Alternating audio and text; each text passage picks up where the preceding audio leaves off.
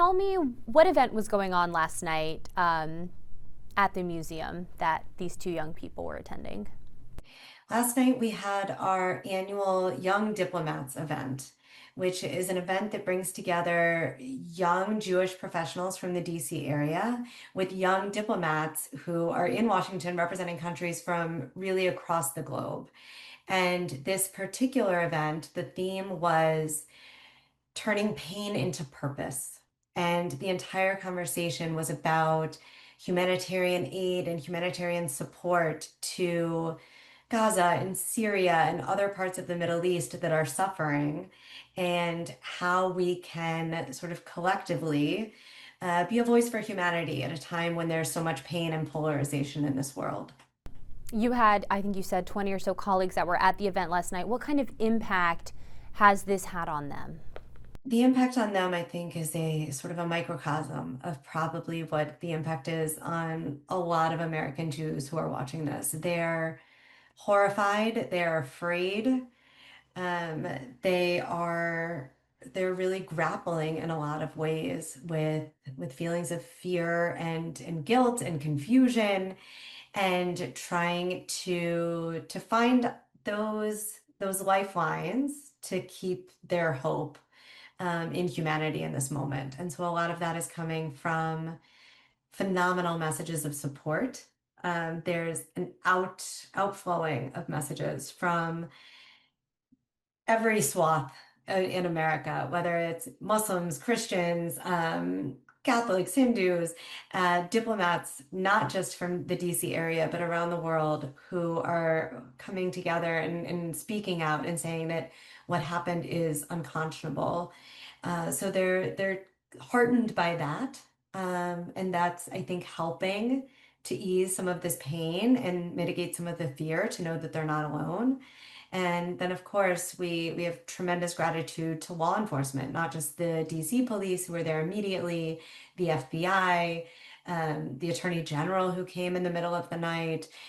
Really tremendous gratitude to all of the law enforcement who not only arrived immediately on the scene, but have stayed really in direct contact, assuring us at every step of the way that they're using every tool at their disposal, and the full force of their authority to investigate and prosecute this incident. As the suspect was being taken away in handcuffs, he could be heard yell, and there's video of this, yelling "Free, free Palestine." What messages does that send to you, to the Jewish community more broadly, and where does that fit into kind of the temperature of where things are in America right now? In terms of the temperature, I think it's chilling, because those are the same chants that we've been hearing on college campuses and in city streets really since the Hamas attack on Israel in October 7th, 2023. And that kind of language, those kinds of protests were, of course, taken seriously by the Jewish community, by law enforcement, but not to now considered to be sources of potential violence against the Jewish community. And so there's a real reckoning now. You know, Jewish Americans and Jews across the world have sort of realized that anti-Semitism comes from a lot of sources. It's coming from the far left, it's coming from the far right, it's coming from Christian nationalism or extremist Muslims. There's a lot of reasons why people are animated to hate or conspire against Jews. We've tried to focus a lot of attention on where violent threats are coming from. And historically, at least in America, the violent threats have come really from the far right. So the fact that now we are grappling with this terrifically painful incident that came from a complete other source of anti-Semitism is also sort of a reckoning, and not just for us, for elected officials, for law enforcement, because if in fact this is a trend, and I pray that it won't be, but it means that the fear and the anxiety and the vulnerability that the Jewish community has experienced in the last few years is only escalating, and surging in a way that probably the United States as a whole is not fully prepared for.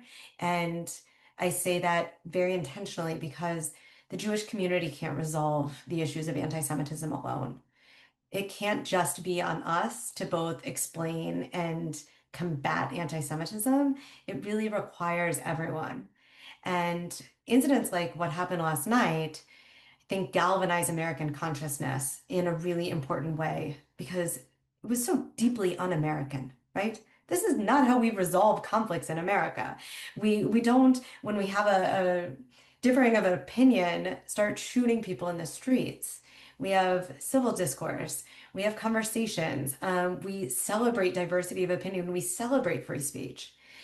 So when those basic fundamental American values are so forcefully denied or rejected, I think that does sort of wake up American consciousness in a way that not only is necessary for the Jewish community at this point, but really for our society in general.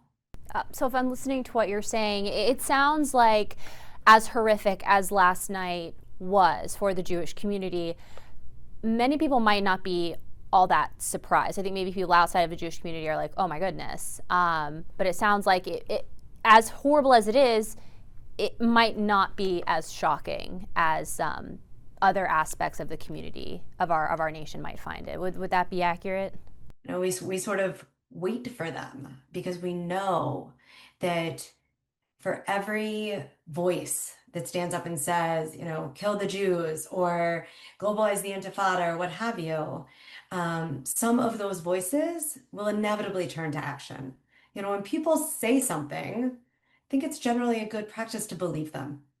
And this particular situation just acknowledges the fact that this is one of those examples of a narrative that was weaponized and a violent incident that was probably a sort of a ticking time bomb in a lot of ways. But the Jewish community is used to this. When we go into synagogues, we have metal detectors. It's like going through airport security. So to sort of go into any sort of communal event and not have in the back of your mind, is this the moment that something happens? Do I need to be prepared? Where are the exits? All of those things. It's not a luxury that the Jewish community in America has anymore. And it's one that we desperately, for all of our sakes, need to get back to. What do you want to see the government do? What I know it's a big question, but like, what do you see as some concrete steps that can be taken to help this? There are some real steps that need to be taken somewhat urgently. And I would say beyond what every American can do, which is see these incidents as what they are, condemn them, use their voice to publicly say that this is not appropriate, this is not acceptable, and we won't stand for it. There are certain things that the government needs to do. There are grants they're run through FEMA. They're called nonprofit security grants. And the whole idea of these is that they are designed for minority institutions, whether it's a house of worship or other, to bolster their security, harden their security, and to whether that's cameras or guards or what have you, those grants need to be increased. And at this point, at least 500 million for grants. And it's not just to protect the Jewish community, it's to protect Christians and Muslims and Hindus and really everyone that feels a sense of vulnerability in America today. There are other programs that honestly have been minimized in recent months that are desperately needed. The Department of Justice Community Relations Service, and prevention networks within the Department of Homeland Security, which always were underfunded, that especially now need that reinvigoration, because these are the programs that keep our community safe and secure. I could go on and on about what needs to happen with countering hate online and what Congress can do to change the existing laws to hold social media companies accountable. This is one of those moments, and I say with some some pleasure. There's a silver lining here. We are not helpless.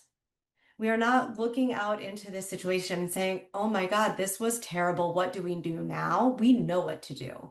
It's simply garnering the political will and the societal support to make sure these things happen. All right. Thank you so much. I appreciate your time.